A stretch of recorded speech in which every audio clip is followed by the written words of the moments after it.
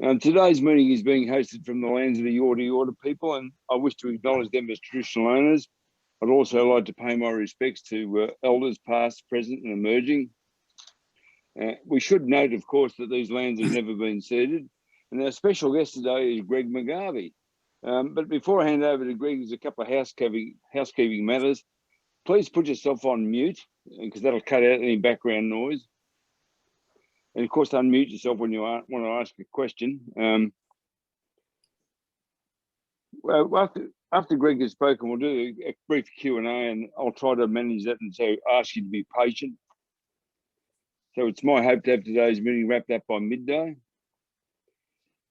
Greg's appearance should be of interest to all of us on Beneath The Wisteria, because it's all about electric cars, and Greg has defied the advice of all the naysayers from Australia's former motor industry. So, and he started to set up his own manufacturing operation. All the former motoring experts said it couldn't be done, but he's doing it. So I'm going to hand over to Greg, and he can tell us about where his idea for AC electric vehicles come from. That's Australia Clean Energy Electric Vehicles, where the idea came from and how it's all evolved. So over to you, Greg. You can give us a quick rundown on what ACE is up to. Thanks, Robert. Good introduction. I sometimes think I'm a little bit stupid trying to do this thing, but we're persevering, and I think we're going to win. And we're into our 5th year. And how it all came about was, I'm a marine biologist, and I've always been involved in setting up different environmental organisations.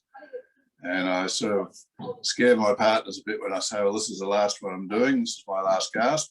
And so we've got ACE Electric Vehicle Group set up.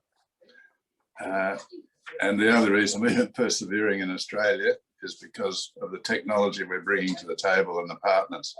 And the strength of it is we're building a solar farm. Well, not now, we've started building a solar farm. We've become minor shareholders in it, but we're talking to one of the development partners and said, look, we're interested in EV.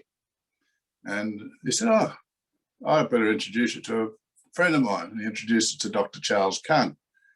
And Dr. Charles Kung is no slouch. He's a nuclear engineer. He was the chief engineer for the high-speed rail that runs the length of Taiwan, which is a joint Japanese-Taiwanese project. And he was also one of the leading managers of the leading vehicle manufacturer in Taiwan, and they supplied componentry to Toyota.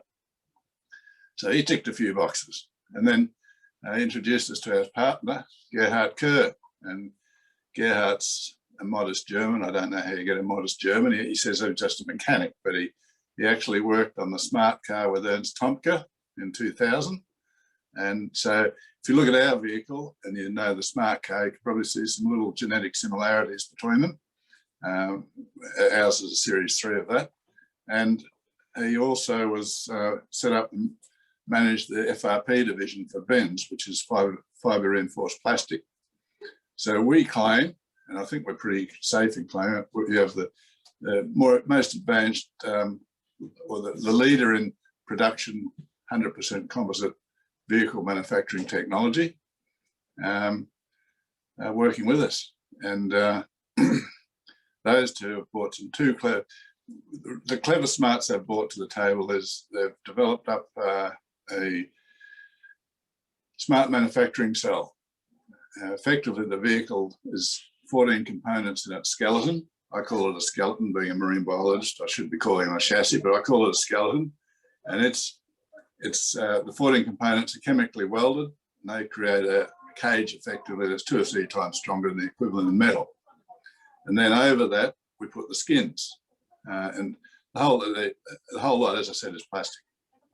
And we're looking at green plastics. We've already got research projects underway with University of Queensland and Flinders University, and a couple of others are talking to us. So the advantage of the smart manufacturing cell is we can produce the vehicle 1/3 the energy footprint of a traditional vehicle and 50% lighter than vehicles in its class. And the class comparison with our vehicles are Renault Kangoo, and our vehicle's just over 1,000 kilo. And any of you that know about the Kangoo know that's a little bit heavier than that. And that was one of the things that ticked it off for us. And the other thing that ticked it off is, well, we got the $5 million grant from the federal government for it, is what we call our AC, Mobile Energy Management System, which is in effect a black box that goes in the car that makes the car more like a mobile phone than anything else. So that, in fact, if I came around to your house and wanted to plug my car in and didn't have any charger, doesn't matter. I use a PowerPoint. There's more PowerPoints around than anything else. We wanted to take away that focus on having a charging point before you have an electric vehicle. And so that's what the trial's about. It's a world first, and the team we've got on it, exceptional. We've got who we call the grandfather of bidirectional charge technology out of Silicon Valley, and our CTO in Paris, who's a communications expert, and we're being partnered by companies that have approached us. A phone company that's got wheels and seats and it makes big battery, and we can move energy around and people around very inexpensively. And so with those sort of features and the fact that we can produce a vehicle very inexpensively, we can go from concept to something on the road in 24 months. Just blows the auto industry away, because they're not in that space. And they will be soon. They're not no slouches. BMW are moving that way, and there are others as well. But if we're going to compete, if we're going to win for Australia, and this is a real stepping stone for Australia to take leadership globally, if we're going to win for Australia, it's got to happen in the next 12 to 18 months. Otherwise, someone else will beat us. You know, there's lots of things happening globally, and we know it. What we're doing is we're not inventing things ourselves. Our team working on the mobile energy management system, we're aggregating some of the cleverest tech globally and some of the cleverest software engineers to connect it together, aggregate it and connect it together to do the job that we promised.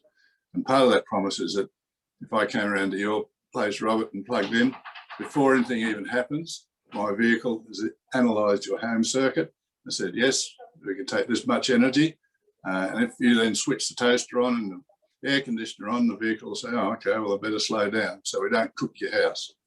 And I think most of you probably realise, I guess a few of you are vehicle drivers, it didn't come back to me until I was talking with our UK partners, and one bloke said, oh, look, Greg, I've had a Tesla for 3 years. I've charged it twice away from home. And he said, you know, generally it does less than 50 kilometres a day. And the global average is actually 38. If you're in Japan, it's 13 kilometres a day.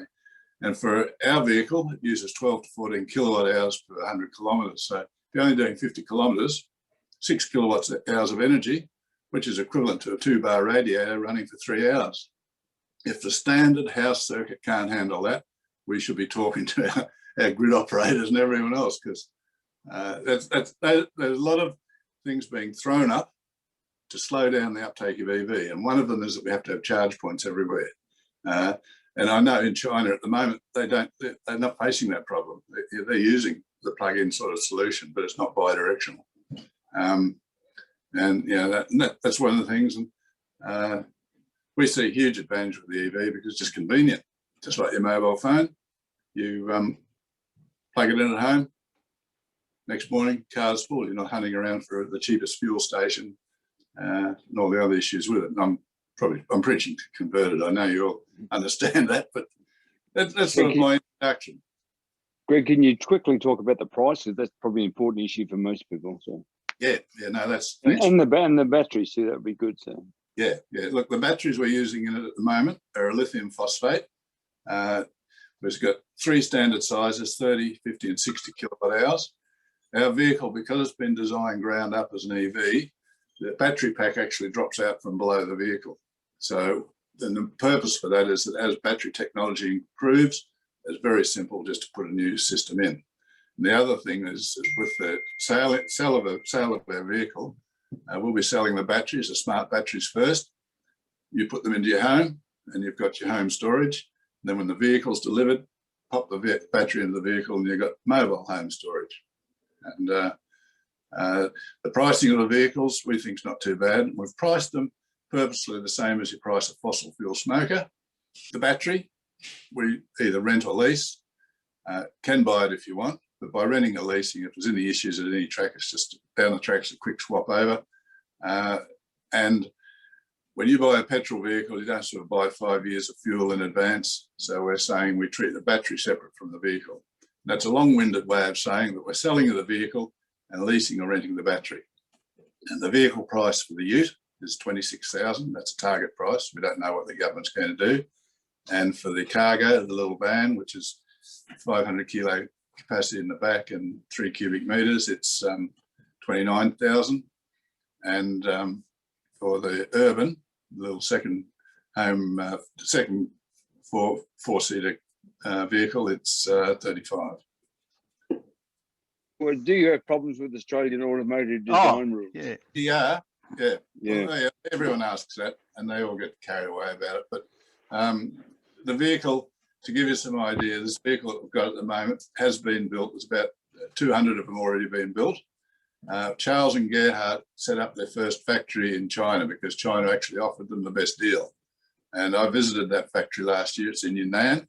Unfortunately, what happened was one of Charles' business partners got cold feet and they only got to 200 vehicles and then it stopped. At one stage, we're looking at bringing the whole factory out to Australia, but we're not now because might bring some of it out, but not all of it, because the smart manufacturing cells that Charles and Gerhardt have come up with are, an advance over that. And even when I went to that factory, it wasn't a typical order. It was like walking into a sort of a print shop full of photocopiers. And it's so different, the technology they're using.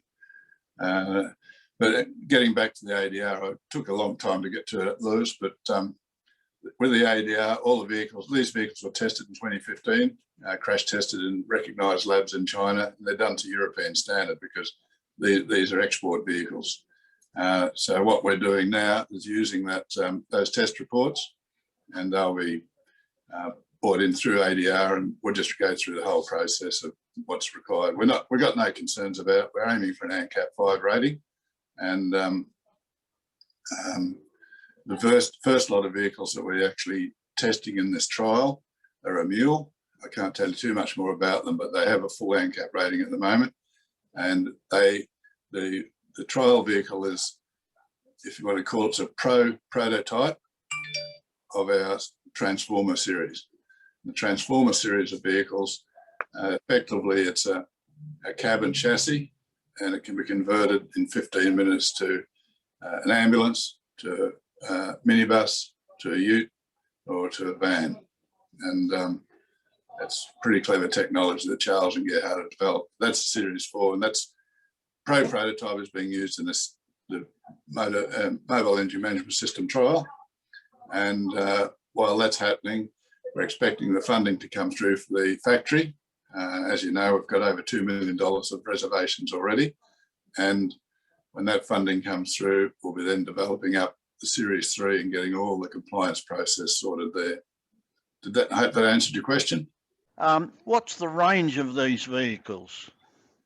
Yep, if this is the simplest way to look at it. With our vehicles, it uses 12 to 14 kilowatt hours per 100 kilometres. Now, and any lithium battery, you only get 80. You can only run it down to 80%. So effectively, you've got 24 kilowatt hours available for the battery. So it could be up to 200 kilometres. It depends how you load it. That's the small battery. You go to bigger batteries, and we're already working with partners that are promising us that within 3 years we'll have battery technology that's 3 times the density, so it gives you 3 times the range. Derek, you had a question. Derek. Tell us more about the bi-directional batteries. One of the things that originally got me interested in this, my friend Mike Knox said, you're the only company that's developing a bi-directional battery. It works very well with home solar PV systems, basically provides you a battery. And just why there's a range in price from $5 to $9. I just wonder why that is and whether you've been able to fine tune that. Yeah, that's going to take some time to fine tune. Once we've got some certainty, as you know, battery prices have been plunging. And that's why I've given you those sort of, you could call them flexible figures. And because battery prices were around $300 a kilowatt hour, they're getting down to 200 and expected that they'll go down to about 150. But that's the part of the reason there, Derek. And did you want a bit more information about the bidirectional capabilities? Yeah, just how that would work with a home PV system, and yeah, just the the advantage there. Yeah, look, all the smarts in the vehicle are in the vehicle. What in effect will happen is the smarts on the vehicle will talk to your solar system, and I'll be also talking with the grid, and it'll make a determination whether it's got a charge, discharge, or whatever else has to happen. And you have then the capability, just like with your mobile phone, to set up settings on the vehicle. You might say, no, I don't want to share any of my energy because I've got a lot of traveling to do. And you can set it on your phone, zero energy share or 20% energy share or whatever. And you also have settings on your phone if you're being made an offer. It might be the middle of the day and your vehicle's polling the grid all the time and saying, what do you want? What do you want? And the grid says, well, I want you to take some energy because we've got too much solar around. And if it's at a price that you're happy with, which you can set on your mobile phone or set on the vehicle, it'll discharge that energy to you. And sometimes you might even get paid to take it. But the bidirectional, there's a lot of smarts in it, and it's effectively just energy flows any which way. And the key advantage that we've got with our vehicle, and you've probably heard of fast frequency response, how we've got to maintain the frequency of the networks around 50 hertz. Well, we're going to offer that as a standard service with the vehicle. At the moment, that's being monetised. That's how the Hornsby big battery in South Australia made so much and paid itself off so quickly, because they're providing frequency response services to save the network and getting huge amounts of, they're getting up to $12,000 a megawatt, which is a lot of money. Graham, can you talk about the swarmability of the cars? Yeah. You mentioned. Yeah, I should have put my name up here. It's Greg. Sorry, Greg. Sorry, Greg. Don't want to confuse everyone.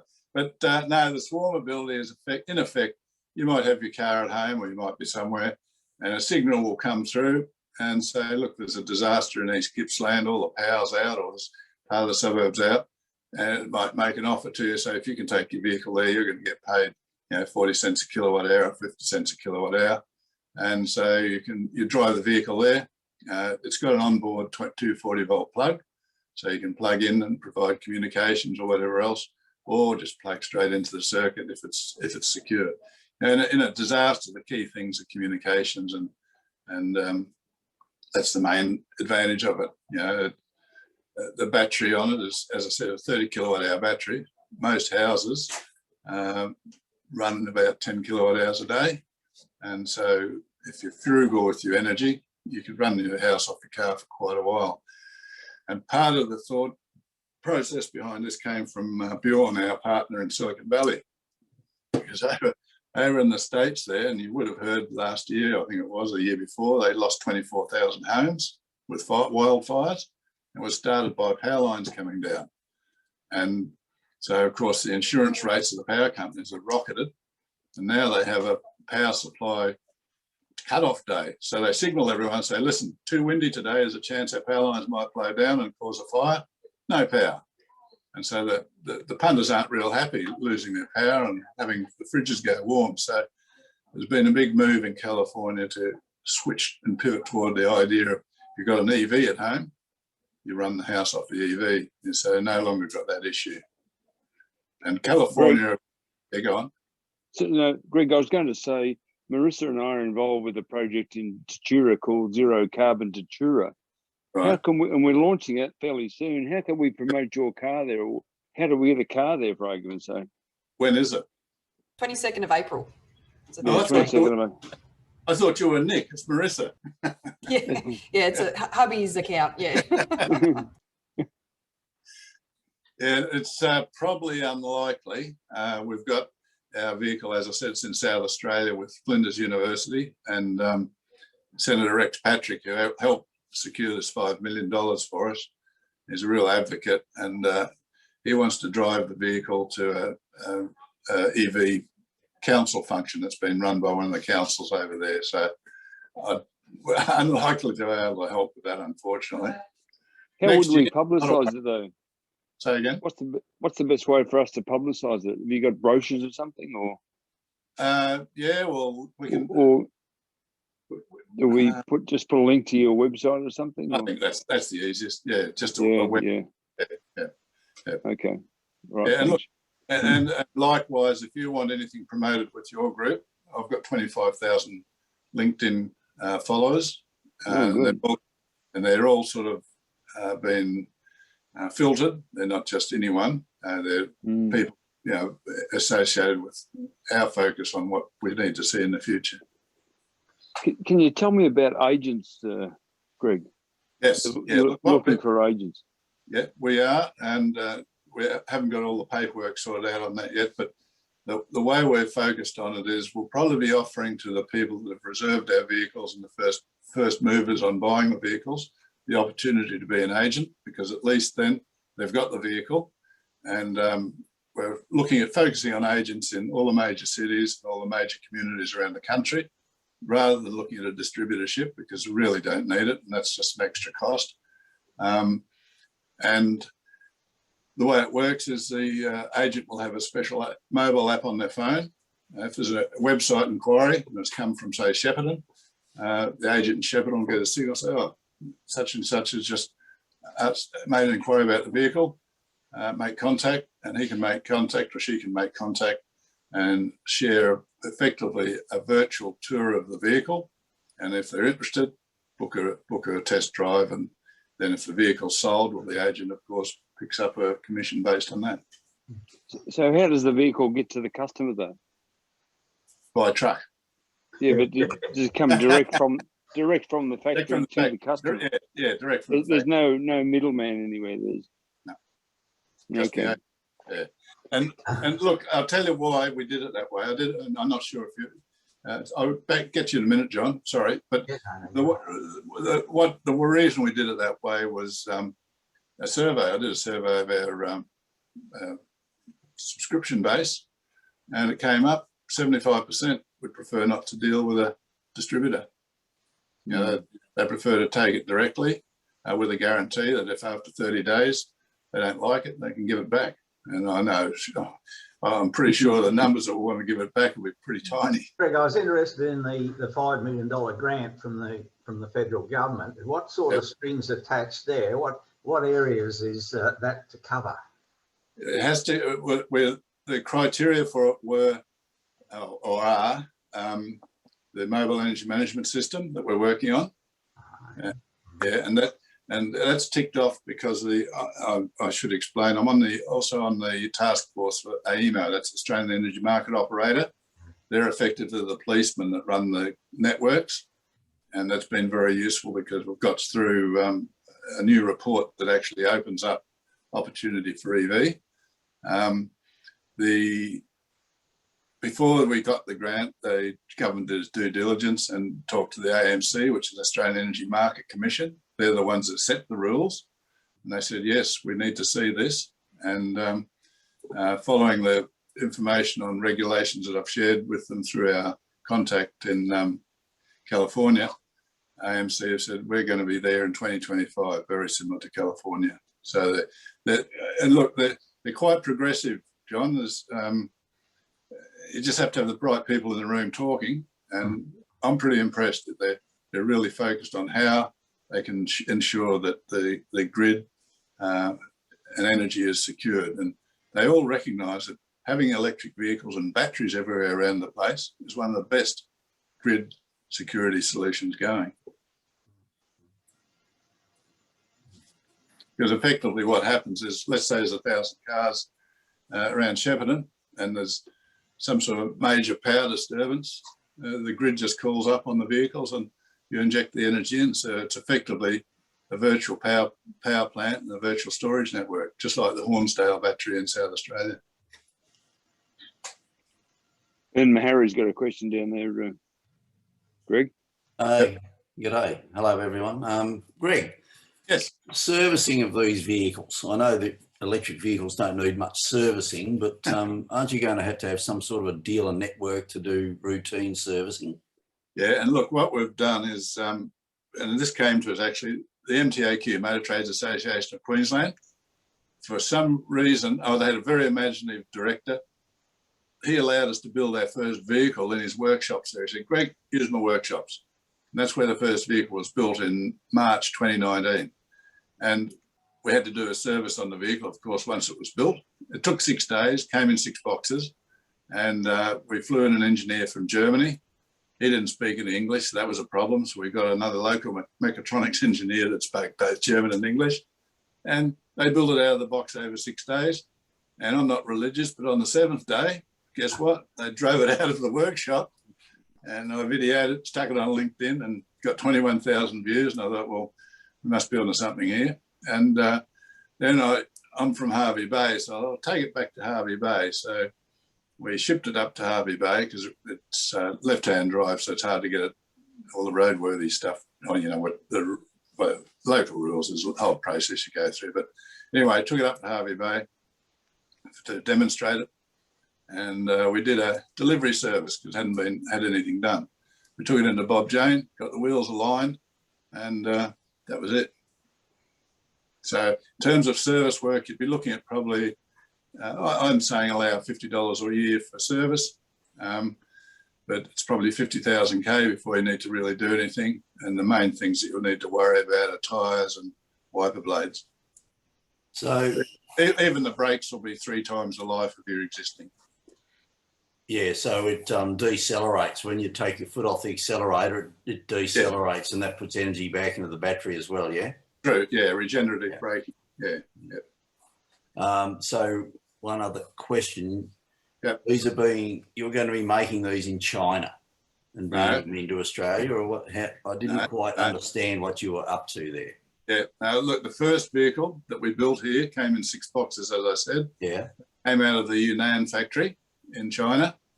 And first stage, there's no avoiding it. We're going to be using components from there. But the whole concept behind this is that we do everything in Australia. So we'll have the smart manufacturing cells here. Everything we can source locally, we will source locally. And there's already, as you're probably aware, some companies starting up to manufacture batteries. At the moment, it's happening. They're just repackaging cells. And Australia's got some of the best lithium reserves in the globe.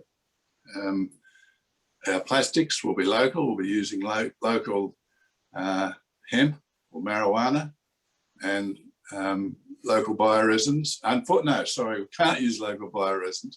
They'll be imported from Malaysia. Australia did have an opportunity to be doing bioresins, but because it was bioresin and not petroleum, there were some regulations introduced that stopped it happening.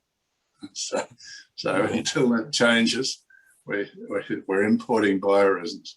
I probably wandered off the topic a bit there. You better bring me back. So essentially the cars are going to be made here in Adelaide. Yes, yeah, more than 50% Australian. Right. I mean, so what are you using, the old Chrysler Mitsubishi factory, or? No, they're no good. We did have a factory that, and because the grant process was slower than we expected, we lost it. But it was effectively just a climate-controlled room. That's all we need. And we put the smart manufacturing cells in there. Yep. Robot, it can be fully robotic with a workforce, and it's nothing like a normal auto. And we visited the Elizabeth plant and the others, and they just don't work. It's not, just isn't the same way. And so we'll find another factory, but the one that we did have lined up is sold, and it was perfect. It was climate controlled and good hard stand outside, so we could ship the vehicles, and 16,000 square metres. It was a good size. But that's our worry now, to find another site. There's plenty in South Australia, and the vehicles that are going to be built this year, we've got 2 coming into Melbourne. They'll be going into a lab in Melbourne, and our technicians will be working on refining and aggregating all the technology, fine tuning it ready for the trial at the end of the year. And then 18 vehicles will be assembled in South Australia. And they'll use a chassis, a mule chassis. I can't reveal the name of it at the moment, but and that'll have our own skins on it, so that it's a unique ACE vehicle, unique looking ACE vehicle. But Derek first, then John. I'm going to ask you to explain the association with South Australia, just how that's progressed, and what assistance you're getting there, and I assume that's likely to be your manufacturing hub. I think it will be, Derek. Unfortunate. I mean, I had a perfect site here in Hervey Bay, and I've got all my 10 grandchildren here, but it looks like South Australia. And I met with the Premier toward the end of last year, and sat down in his office, and we talked through the opportunity, and he introduced me to a supermarket, and we've been progressing discussions with them, particularly with our Transformer series, and just the culture there, the auto industry, the ones that are imaginative, they're really pivoted, and they're thinking differently. And I know at the introduction you said I consulted with auto, and I did. And then, they left me depressed. They told me I wouldn't be able to do anything. And I think it was just a take that I wasn't auto. I was a marine biologist. I sort of didn't sink in, or something went wrong, but we did end up building it in March in 2019. And the other thing that's a really good culture over there is they've got a thing called Lot 14, and Tesla and Google and other people are migrating there. And they've also had another part of the city that's the old Mitsubishi plant. And that's where our vehicle will be built later this year. But it's not actually the Mitsubishi plant anymore. It's Tonsley Innovation District. And the crazy thing about it is it's Tesla there and a few others, plus Flinders University, who are partnering with us in some research. And it actually employs more people there at Tonsley than it did as the Mitsubishi manufacturing plant. Greg, John's got a question. So I was interested in your corporate structure. Some of the challenges, I certainly understand the challenges of developing this from Australia, but what's your corporate structure at the moment look like? And is that your end position, or you see future changes? So I missed the last bit of your question. I was interested in your current corporate structure and whether you're still looking forward with changes. Yeah, no, look, the corporate structure is quite good, actually. What's happened? Will and I, Will's in Melbourne now with his wife, but he and I worked in business ages ago. We set up a company called Get Green, which was an energy management planning company. And we purposely called it Get Green, just to, because when we go in and see a corporate or a high rise, and we did that in Melbourne, they always viewed greenies as sort of the antithesis of good sense economics. And we go in there and show them, you go green, you're going to save a heap of money. And we showed them how, and they did it. And so from that, we evolved to the solar farm, and as I said, to the EV. And so Will and I are the directors, and Charles and Gerhardt were getting cold feet because they could, and I think I might, tell me if I've had a lot of conversations, so if I'm repeating myself, please tell me I am. And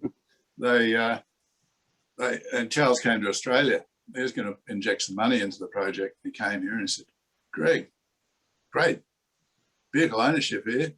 3 times what we've got back in Taiwan. And he said, the site you've picked's good. And we had effectively almost, we call it a new TAFE. It was only 15 years old. It's a stranded government asset, nothing happening. And it used to teach automotive. It had a massive computer centre, plus optic fibre, primary and secondary, so you had all the backup. And we looked at that as a site, and he said, great. And then he said, but, your government's got no appetite for autos, just let the auto industry die. And he said, also, I can't see any policy anywhere that really gives me confidence worth wasting my time and money in Australia. And so fair enough, but we stuck with it and talked to him, and got him around to the position where he sent the vehicle out, and we built the first vehicle. And what's happening now since COVID and the progress we've made and getting the government grant, both he and Gerhard want to become Australian citizens.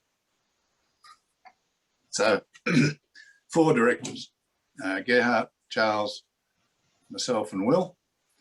And the first time an auto industry has been controlled in Australia.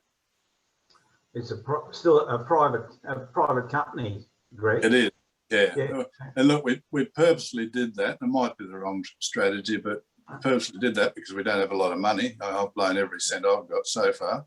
And we wanted to keep control over the direction of it. And so we'd probably look at going to market maybe in 2025, when we've actually demonstrated what we can do. But it's a it's been a real hard struggle, because, Charles and Gerhard, their feeling originally about what Australia was like, it's fairly common offshore. And so it's been difficult raising funds because they look at the place and say, risky. Yeah, no, raising capital in Australia is very, very difficult. We've had a recent experience with a similar type of company yourself, and Okay.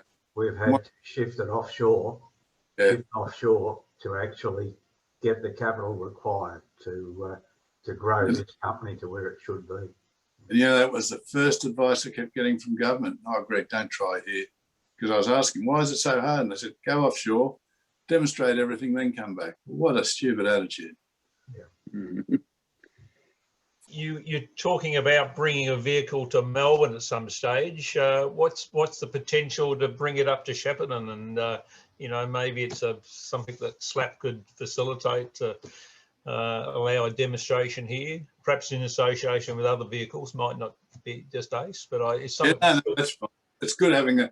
I mean, when we built the first vehicle at MTAQ, the 2 days after it was finished, and we had to get it finished in time, it was exhibited beside a Tesla and all the other EVs at a thing called Carmageddon, which was run by MTAQ. And the craziest thing ever was the current Science and Industry Minister, Karen Andrews, was the keynote speaker. She sat in our vehicle. She said, "Oh, this is good. Isn't it good to see an Australian business doing this?" And she got up and waxed lyrical about us during a speech. And then they called the election. I think it was a couple of weeks later, and that was when all the rot about electric vehicles ruining the tradies' week, barbecue your weekend, and tradies' life, and all the other things came out. And that caused a lot of trouble because that resonated overseas. And I'd go back to him after the election and said, "You fair dinkum, please do something. We've got it," because Charles and Gerhard are getting, you're really cooling their enthusiasm for Australia. And anyway, she wrote a letter, and to her credit, has got the industry department helping us out. If it's in Melbourne, yeah, of course, it'll tour around, but we've just got to take things step at a time. The trial's the important thing. Yep. The vehicle will be going to some key players. We've got some mining companies and courier companies and even energy companies that will be running the vehicles, and we're really keen to demonstrate and prove the capability of the mobile energy management system, because that is the ticker. If we get that right, it's like Wi-Fi. Australia invented Wi-Fi, and we'll have the Wi-Fi moment with that. But in terms of vehicles, the first 2 vehicles, I doubt they'll be mobile. They might be, but they're really meant to be just a pull-down thing to do a lot of analysis on and setting up the black boxes and everything. But certainly, and they won't be in there till May, and so they're doubtful they will be available till June, July on the road. When do you think we'll see the first AC car registered and on the roads, Greg? Well, I've made a very silly promise to a young lady in South Australia who ordered one of our first cargoes. And I said, "We're going to have one for you to drive out on the 22nd of October, 2021. So you're under the pump. I'm under the pump, yeah. And we'll probably do it. Might be some smoke and mirrors, but we'll do it. Okay. Any other questions? The image behind me here is the world's first commercial solar power station built in Australia in 1980. Yeah. But my question is, about getting the cars around to events like the annual electric vehicle racing at Winton in Victoria. Just have a car there so that people can see it and drive it. Maybe take it around the racetrack, even maybe enter one in a race. Even better. No, and we're all open to that. And you're probably aware we did have a vehicle down in Melbourne at the showgrounds early in when the Grand Prix was, and last year, just before it got cancelled for COVID. We were invited by Red Energy to bring our vehicle to the Grand Prix, and we had it there. And we did a launch at the Melbourne showgrounds, and so people were test driving it then.